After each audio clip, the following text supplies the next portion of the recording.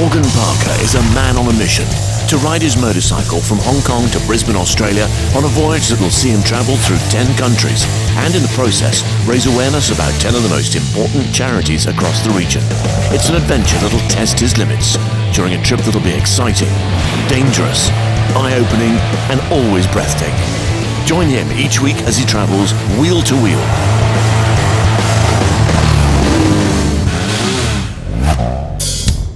After an action-packed trek through Thailand, we join Morgan now as he enters Malaysia, the 7th country on the wheel-to-wheel charity expedition.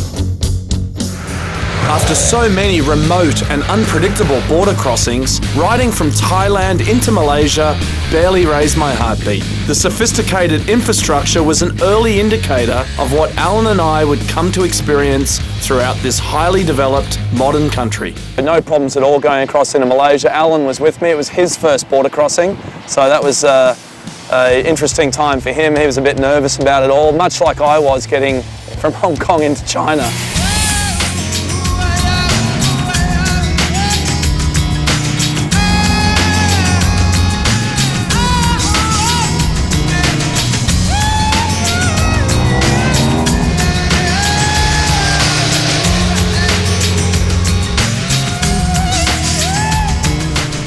Riding the smooth roads, we carved our way through the forests to the lesser populated eastern states and experienced every imaginable climatic condition.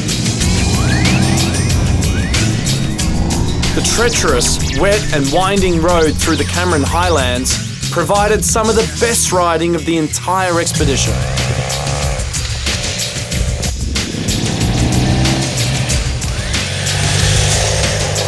And wherever we could, we went off-road. Although Alan's bike wasn't exactly suited for it, we still had an awesome time exploring the mountain trails.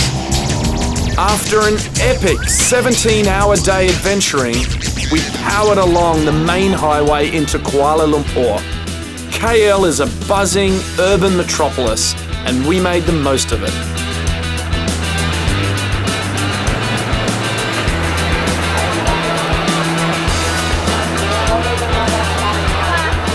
KL is one of those cities that has got a real blend of old and new. You see the mosques and the old Chinatown and little streets, but then you also see this increasing prevalence of beautiful, modern, architecturally designed buildings has really developed into a remarkable city. The next morning, we went to visit the BMW group in Malaysia. All the way through the expedition where possible, I've been linking up with other BMW riders, and in some cases lucky enough to actually link up with BMW Motorrad, the company and the proper riding group. And Malaysia was an example where that riding group really came out to support Wheel to Wheel in a big way. And we had a fantastic ride from Kuala Lumpur out to Genting Highlands one day. And Dinesh, the president of the group there, took us on a wonderful scenic route. Those guys really know how to ride those bikes, and they know those roads like the back of their hand.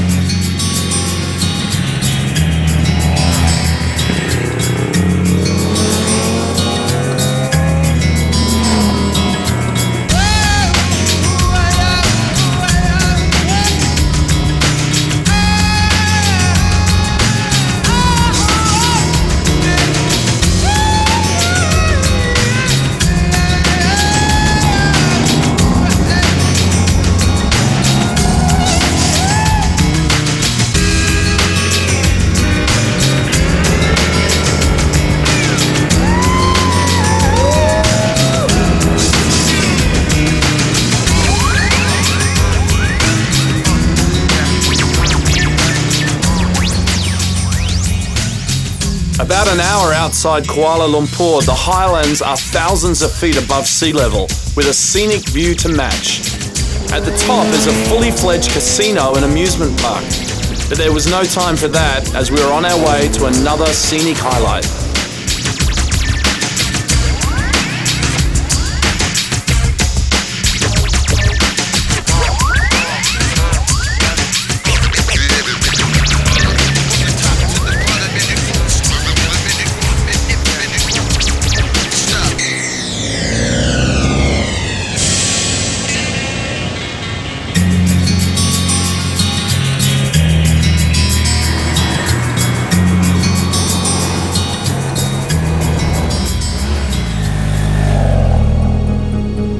Our next destination was a place known as Batu Caves.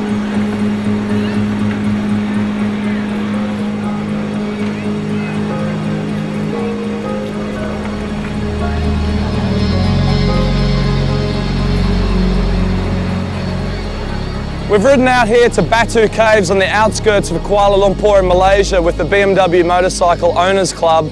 Now this location is extremely important to the Hindu devotees. Every January or February, 1.5 million devotees come out here, climb up this flight of stairs to pay homage. And then one more surprise stop, a visit to the home of Manesh Doshi, president of the BMW Motorrad Owners Club. It was amazing. I didn't know what to expect. I really had no idea who he was. And it turns out that he's a very successful businessman, and he has a palatial mansion on the outskirts of Kuala Lumpur. You know, he has a fair collection of BMW motorbikes, and it was much like being a kid in a candy store when I turned up and I saw how beautifully prepared they were.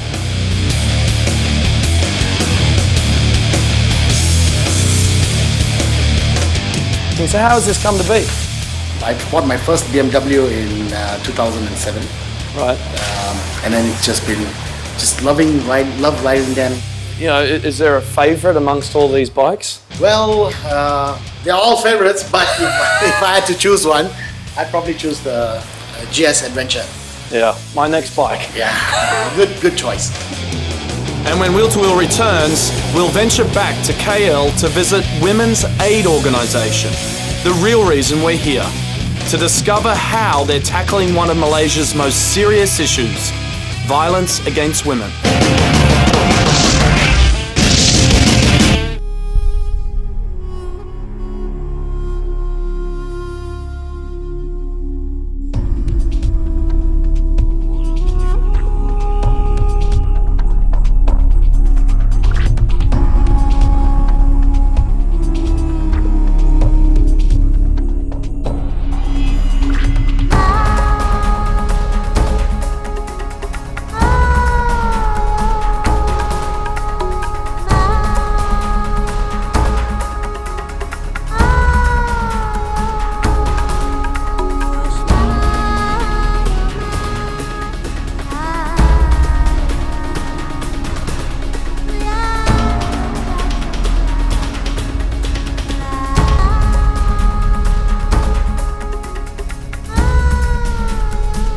Shocking, shameful statistics. I had no idea the problem is so grave and so widespread. Domestic violence is defined as physical, sexual, verbal, or economic abuse for the sake of power and control.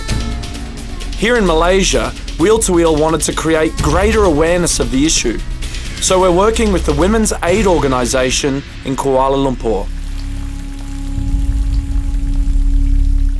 For me personally, I have a cousin that was murdered in a domestic violence situation 4 years ago in October. So obviously that's an issue and a cause for me that resonates on quite a personal level. We were always determined to tackle the issue of women's rights and equality. Finding the Women's Aid Organisation really enabled us to capture the full depth of this complex matter.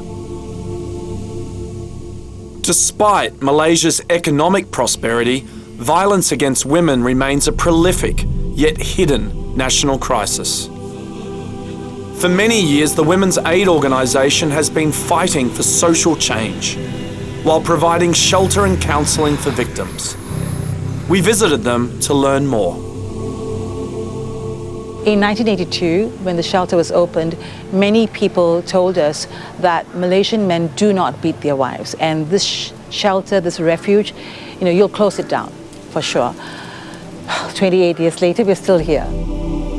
Since its inception, Women's Aid Organisation has been instrumental in advocating women's rights, having laws passed outlawing domestic violence, providing sanctuary at their refuge, and offering counselling and support to women and children trying to rebuild their lives. Beginning, there was the refuge. That's the heart of the centre, the shelter. Then we set up the childcare center, the second center. We now have a third center known as the WAO Center, where we do the fundraising, the public education, the legal reform, and so on. This is the counseling room. And in fact, right now there's a counseling going on, face-to-face counseling. So for women who don't need shelter, or they don't want to have telephone counseling, but they want to see a social worker, a one-to-one, that goes on here. And so we need to keep our voices down because there's a woman right in there who's receiving counseling. 113 women sought shelter here last year alone, and each one has a horrific story. Tales of being hung upside down and beaten, raped and more.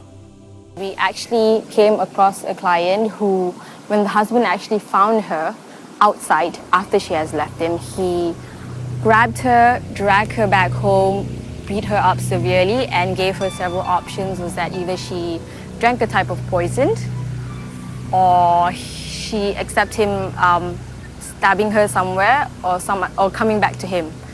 So in light of all the options that he gave her, she actually chose to drink the type of poison he gave her, and she did. It's a tragic story, but unfortunately all too common, not only in Malaysia, but globally. It is understood globally that for every one report, 9 go unreported. Well, I don't think it's just Malaysian men. I think domestic violence is a very genuine, legitimate concern all over the world.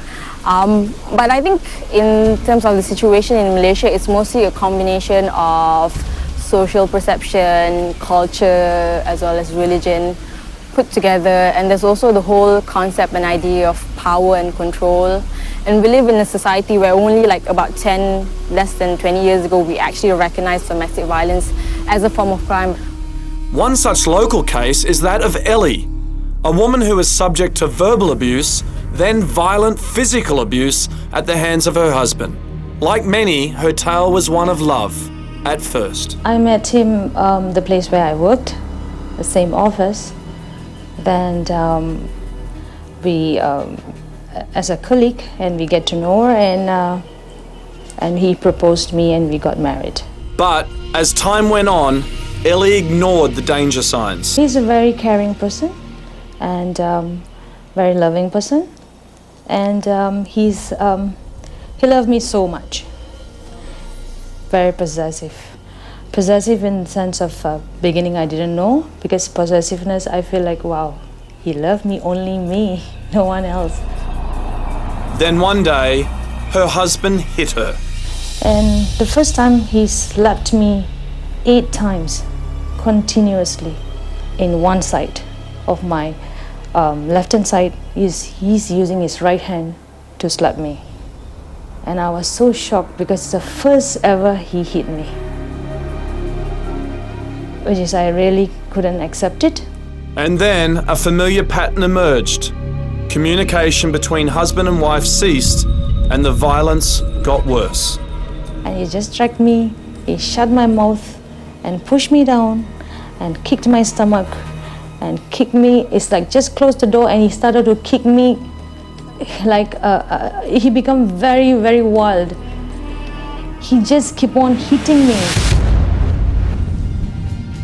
Fearing for her life and that of her children, Ellie sought help from the Women's Aid Organisation.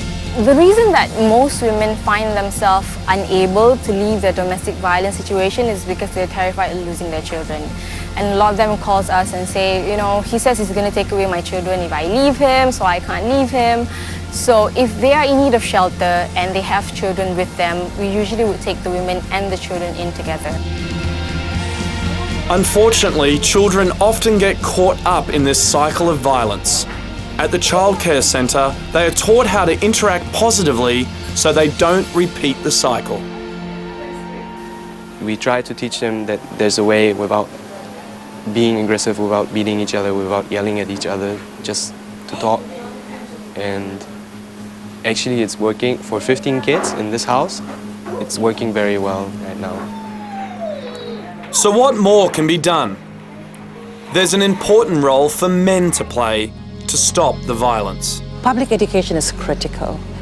And it's really important for women to understand that this is not their fault, that it is a chosen action by a man when he chooses to beat his wife, to rape his daughter, to beat his sister or his mother, it's a chosen action. It's not something that happened, spontaneously, because it's planned, because men need to come out and stand up against other men to say this kind of behavior, it's unacceptable. We can also support this vital work through donations. WAO does not receive any government assistance and is entirely funded by public and corporate sponsors. We want to change the world, really. We just want to make it safer for women. We want gender equality. We believe that men and women are equal. It's as simple as that. Eliminate all forms of discrimination against women. It's not only about violence against women. I often say that the home can be the most dangerous place. The home is supposed to be the safest space. And to those who are witnessing or experiencing violence in their own homes, here are some final words of advice. What I can say is, don't show violence to a woman. You are not a man if you show violence to a woman. If you want to be a man, you have to secure them and give them the best. I want another woman to be benefited. All right. And through my stories, I want other women not to be keep quiet. Go and get all these kind of advices. Get a better life. Because life is short. You must make it happy. You are supposed to live, not to die. It's advice worth heeding.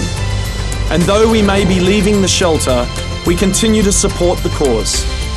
When Wheel to Wheel returns, we join a bike rally in support of the Women's Aid Organisation.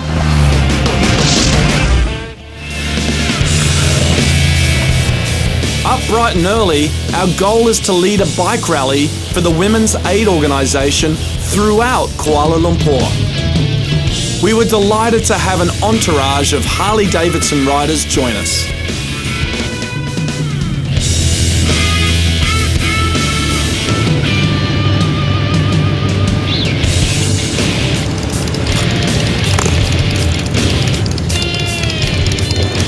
Wow, what a ride. We're here in Putrajaya, the new administrative centre of Malaysia, just outside of KL.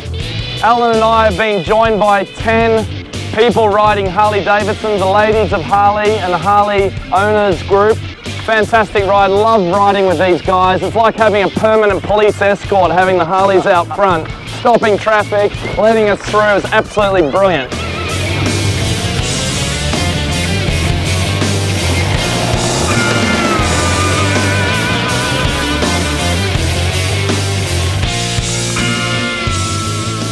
Fitting today that we've come out to Putrajaya, the capital, the administrative capital of Malaysia, because a lot of the issues that Women's Aid Organisation are campaigning for will ultimately require changes here, changes in government, in legislation, changes to the justice system. I think it ties in very nicely, and on top of that, it was a beautiful ride with some of our local friends. Coming out to Putrajaya was years ago.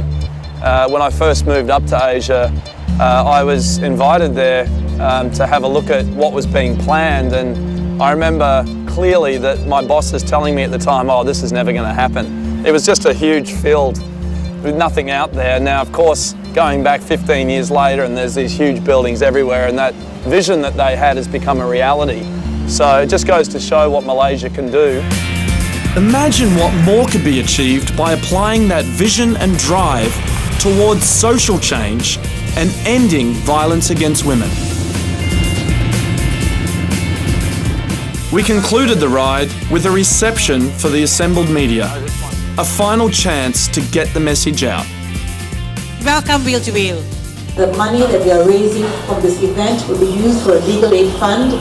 Thank you, Ivy, and thank you to Women's Aid Organisation for firstly existing and continuing to bring awareness to these issues.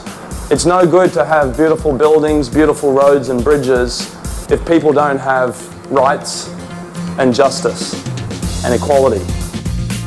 I was a keen advocate for the work of Women's Aid Organisation and did all I could via newspaper interviews and via radio interviews. The Millennium Development Goals, as espoused by the United Nations, considers this one of the top 8 issues facing the planet today. So we were very happy to find an organisation as well run as the women's aid organisation and dealing with it so effectively here in Malaysia. Thank you very much for joining us. Thank you very much. It was time to say goodbye, and I had to start thinking about leaving Malaysia. It would be the first water crossing I would make during this expedition, and it was a day I'd been thinking about for over a year. I tell you, as comfortable as I had become with water crossings are a whole nother matter. They are tricky. And this one, the first one, was not only a water crossing, it was also a border crossing. So it was a double whammy. While one operator rejected me out of concerns for my safety, another decided to take me on. We rode to Port Dickson, but despite all the support, to say that I had trepidations about my ferry crossing was an understatement. Things just didn't go as planned. Loading that bike on was the crane that was supposed to lift the bike up and put it onto the ferry. It was there, but the operator wasn't. And no one could find this guy, and the boat needed to leave. So the captain of the ferry took matters into his own hands, went and got the keys for a piece of earth-moving equipment, a bulldozer with a bucket on it, and he brought that over to the side of the ferry on the docks and lashed a rope around the bucket and then put it around the belly of the bike, and boom, up she went and dropped it on. Only a little bit of plastic broke on the bike. I thought, oh, this is going to be a disaster. But improvisation, we got it on, and off I was to Indonesia and Sumatra. On our final night in Malaysia, I reflected on our intense experiences in this country, as well as preparing to say goodbye to Alan, my riding partner for the last 20 days. Well, what a surprise packet Malaysia's ended up being in two important ways. One, women's aid organisation has turned out to be just amazing. After spending a couple of days with Ivy and the team, I feel like I really get what they're fighting for. This violence against women, which was so alien to me before, I now understand just how universal this problem is. These guys need support. The second big surprise in Malaysia has been the phenomenal motorbike riding that Alan and I have enjoyed, courtesy of the Harley-Davidson Club and the BMW Club. Boy, oh boy, we were spoiled. Just speechless, really. What a great experience it's been riding with Morgan. 3 weeks and 5,000 kilometres on the road together. Morgan, you've still got another 50 days ahead of you. Yeah, mate. Awesome. Yeah, no, it has been awesome. Yeah, put it there. Yeah. And now it's time to get the bike and myself across to Sumatra, which is just basically due west of here, not far. On the longest part of his expedition, Morgan will be severely tested on Indonesia's dangerous roads. Perilous conditions, volcanoes, orangutans, and the devastation of Sumatra's rainforests are just a few of the ingredients in next week's episode of Wheel to Wheel.